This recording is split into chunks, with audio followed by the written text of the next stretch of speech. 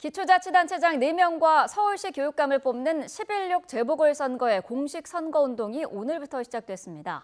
내일 국회에서는 윤 대통령이 제의를 요구한 법안 3건의 재표결이 이루어질 것으로 보입니다. 국회 취재기자 연결해서 알아보겠습니다. 강민경 기자. 네, 국회에 나와 있습니다. 네, 자 먼저 오늘 선거운동이 어떻게 진행되는지부터 전해주시죠. 네, 이번에 기초단체 단체장 선거가 치러지는 지역은 부산 금정구와 인천 강화군, 그리고 전남 영광군과 곡성군입니다. 국민의힘은 이 가운데 전남 영광을 제외한 3곳에 후보를 냈습니다.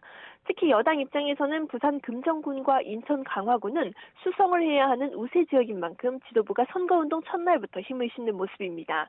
추경호 원내대표가 특히 적극적으로 움직이고 있는데 오늘 오후에 강화 풍물시장을 찾아 박용철 강화군수 후보 지지를 호소하고 출정식에도 참석합니다. 이미 강화와 부산을 한 차례씩 방문한 한동훈 대표는 다음 주부터 당세 취약 지역인 전남 곡성에서 지원 유세를 합니다. 이후 다시 부산과 인천을 찾아가 현장 최고위원회를 열어 당세를 더욱 결집하겠다는 구상입니다. 야권도 본격적인 선거 지원에 나섰는데 특히 호남 쟁탈전이 치열합니다. 민주당 이재명 대표는 오늘 전남 영광에서 지원 유세를 시작한 뒤 오후엔 부산 금정으로 넘어갑니다. 민주당이 여당 5세 지역으로 분류되던 PK 지역의 민심이 심상치 않다고 판단해 부산 금정구 탈환에 당력을 쏟는 만큼 이 지역에서의 여야 격돌이 가장 심할 거란 예측이 나옵니다. 조국혁신당의 조국 대표는 오늘 전남 영광과 곡성에서 모든 일정을 소화하는데요.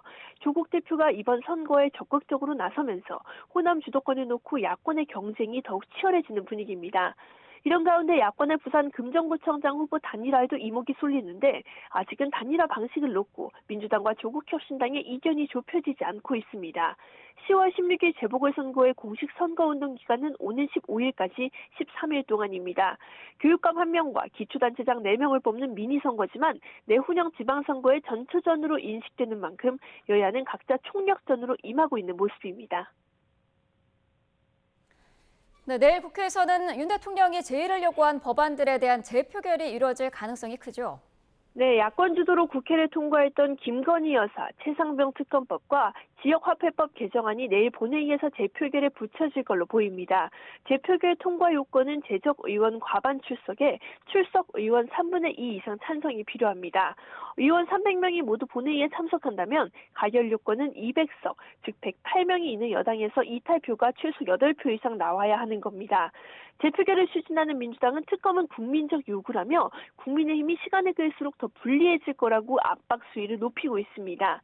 다만 민주당 내에서도 여당 이탈표 규모가 크지는 않을 걸로 보고 있습니다. 국민의힘도 이탈표는 없을 거라며 내부 표단속에 주력하고 있습니다.